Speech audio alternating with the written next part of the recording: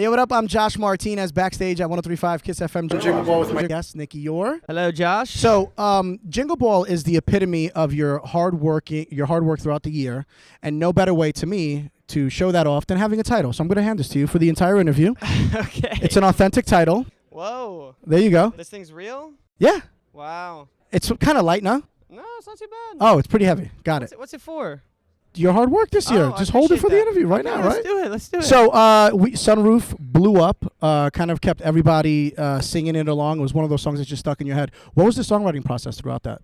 I actually wrote that one a cappella by myself one night. Like as I was graduating college, I had like a job already lined up and things like that. And I was just feeling really good because I had just made the best friends that I've ever had in my life that year. And I don't know, I just wanted to make something that made me feel good. And luckily, like, I just pulled that song out of thin air, I guess, and it became what it is, which has been pretty cool. Do you remember the first time you heard the song on a radio station?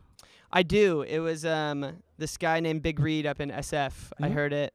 He DM'd me, and I luckily saw it and heard it for the first time, and he gave a good shout out to me. So I was like, oh, that was so sick, and that was like the craziest feeling. I don't think I'll ever forget that. And hearing it on the radio every single time I do is like the coolest thing that I'll never get over. I mean, it's one of the biggest songs of the year, and it's a song that's pretty seasonal. But the fact that it's able to be played in the winter when it's like 10 degrees outside and everybody still rocks with it speaks a lot about it. Was that the plan with the song? Like, I just want people to feel good, or? Yeah, it was definitely like, I mean, a thought for sure. Like, it was supposed to be a feel good anthem, I guess. But like, I mean, I was just about to get started with work when I wrote it. And like, I had zero idea it was going to do what it was going to do. I was hoping it was going to hit 1 million streams in like 2 months, and it did it in like its first week. So I was just saying, I think you passed 1 million. It far surpassed my expectations and my goals for it. So it's been pretty cool. You mentioned goals. What are your goals for 2023 and beyond?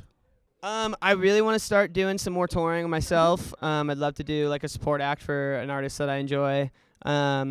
And then just releasing more music. We'll see if we can do another Sunroof.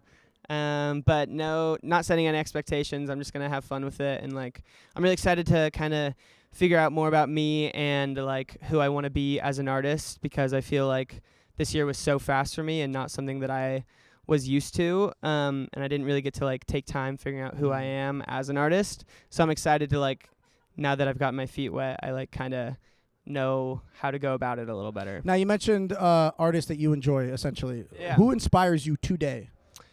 There's a couple, like Ty Verdes is someone I'm a big fan of, Quinn 92, Dominic Fike, even though he hasn't put out music in a minute, but I love all those guys. Yeah. What has been inspiring you lately to make the music that you're going to make moving forward? Is there a certain thing that has happened recently, maybe the success of Sunroof? I think it's really just like doing what we're doing today, playing these Jingle Ball shows is the coolest feeling for me. This is like my 11th show ever. Wait, time out. Sorry to cut you off because that's rude as hell, but I need to stop. Ever? Yeah, ever. Ever? Ever, baby. Ooh-wee, okay. Yeah. 11. So No pressure that there's a sold-out All-State Arena with a lot of history in this building. I'm all for it. Okay. We like the pressure. So your 11th show ever again, I'm sorry. No, it's my first show was in March with like 300 people, and tonight's like 15,000 or something like that. So minor flex, dog. It's pretty sick, but it's definitely been like, you know, a big transition for me, and I'm like starting to get used to it and feeling comfortable up there, which is super dope. So I just want to keep doing that and enjoying hearing these people play live. So by performing, you're on like the highest of highs, right? But you're going to come down because that's just natural. Of course. What do you do to bring yourself back to even keel, whether you're too low or too high? Is there anything in particular from a mental health standpoint? I really just try and like focus on the now. I try not to like think about, you know, the future too much, or like things that I've done in the past, or like in interviews where I said stupid things, you know. We've all done it. Yeah, we've all done it. And I really try and remind myself that like, this is a first year for me. If I like mess up a couple times, it's fine. I'll redeem it in the future, hopefully. And yeah, that's pretty much it. I just try and not focus too much on all the negativity. So 11 shows, things could happen. Do you have a most embarrassing moment through your first 10 so far? Nothing too terrible. Okay. Good start through 10? Somehow.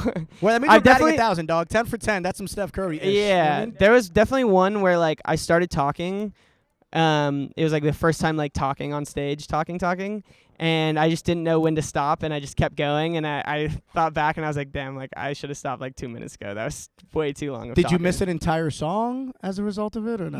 No, we had time. We planned it, but I just kept going and didn't know how to stop it. So So it is Jingle Ball. We are in the holiday season. Holiday-wise, what is like number one on your Christmas wish list, holiday wish list? Number oh, one. man. I don't know. I'm so bad at like giving my parents ideas for presents. I always have been. So I like to, just be surprised, which is like I make it really difficult for people. Just a very wholesome moment of hanging with my family. That is so adorable. But now we're gonna get a little less adorable. Okay. Recently during my night show, I asked about the worst Christmas gift you ever got. You don't have to say who got it for you. Okay. But when I say the worst Christmas gift, what comes to mind? The worst Christmas gift. I would say it's maybe. So I have like 35 cousins. I have an Same. absurd amount of cousins. I'm Latin. It's the same. Yeah, and we always go around, and instead of giving everyone presents, because that'd be insane, we do like the thing where you pull a name, and like all of us aren't even that close, so I've just gotten some pretty bad ones from them, just like terrible shirts that I would never wear. And To me, like I feel like alcohol is the easiest thing to go with, right? Oh yeah, Right, we're absolutely. I mean, That's maybe not always a good tonight because time. you're performing, so we need to save your voice. So maybe Well, not after tonight. tonight, maybe. You know what? Yeah. My man knows how to throw it on and have a good time, and he's gonna do that this holiday season. Absolutely. One more time, Nicky Youre, we appreciate you stopping by, bro. Thank Thank you so much for having me, brother. all love. Appreciate it. Thank you.